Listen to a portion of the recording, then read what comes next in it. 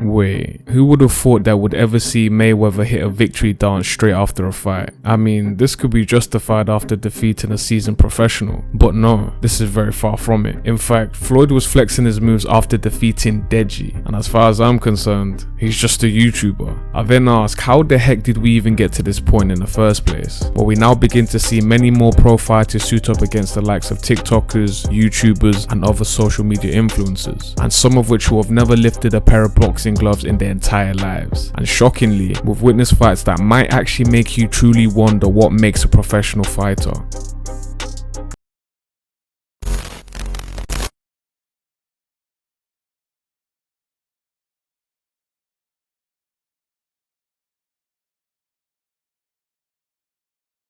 We have now reached a point where we no longer see professional fighters within the ring, but are now in an age where just simply having a large enough following automatically qualifies you to become a fighter. And in 2023, it seems as though having a pro license appears to now be overrated and unfortunately obsolete. What happened to the days where fighters solely competed due to the love and passion of the sport, with many fighters appreciating the hard work with regards to physical training, mental preparation, and overall nutrition? Now, fast forward to today, where you now see media influencers disregard all of the above just to simply cash in a check. Now, I mention this to make the point that influencer boxing has become much more lucrative, with influencers pulling in anywhere in the region of 5 to 7 figures per fight. This goes without saying that the figure can vary depending on the event, the promoter of the event, and the venue location. Nonetheless, influencers are very much capable in earning just as much as pro fighters, and heck, some even make much more, all the while having zero to no experience whatsoever.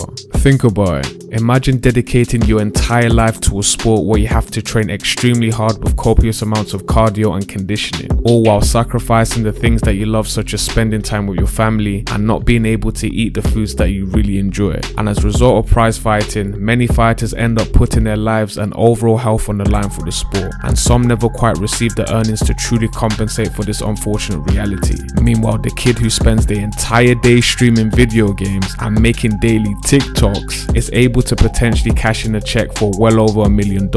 And if I was the professional fighter in this situation, I'd be fuming.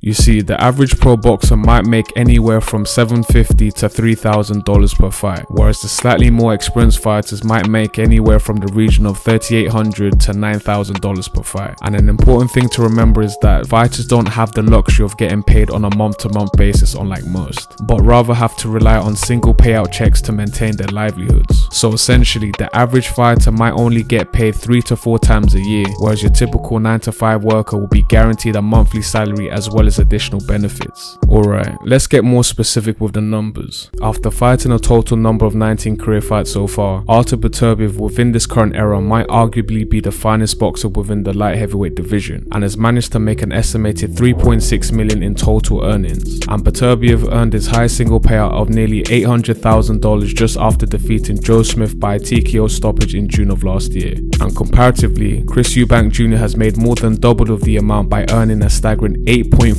million so far. And having fought 35 total career fights at the middleweight class, Eubank earned his highest single payout of about $1.7 million in a loss against George Groves back in 2018. And sitting between these two fighters, we have Teofimo Lopez, who has managed to make an estimated $5.3 from a total of 18 career fights. And by far his most successful payout was after defeating Sandor Martin in December of last year, which resulted in Lopez walking away with about $1.5 million from that single bout. Okay, so where exactly does a typical YouTube boxer stand among this list? Say for instance Jake Paul. How much do you reckon he's made? Maybe $1 million? Or $2 million? Or maybe even $4 million? Not even close.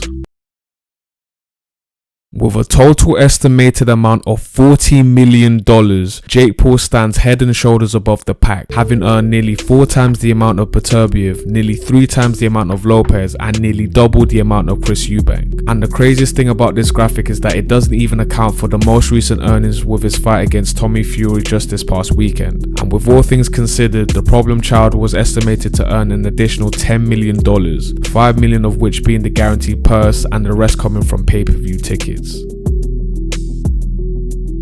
There's certainly no doubt that influencer boxing has become ever increasingly popular over the last few years, and as a result, we are now beginning to see millions of followers that these social media influencers are drawn into the sport due to their online presence. And now many boxing fans and many boxing promoters are beginning to realize the sheer amount of money that these influencers can now generate. And on the one hand, you have many boxing fans who are outraged at the fact that these young kids with zero to no boxing experience are getting paid much more than the actual professionals, while on the other, some fans don't actually mind, as they appreciate the fact that many more eyes are being drawn to the sport by essentially making boxing more relevant again. And I'm gonna be so real, initially I was a bit skeptical about the whole YouTube influencer boxing, and now seeing how it's progressed so far, I can't lie, these YouTube boxers are actually getting a bit better. And I do also respect the fact that some of these influencers go above and beyond by hiring boxing coaches and by making important changes to their diet. And at the end of the day, if you have the opportunity to secure the bag,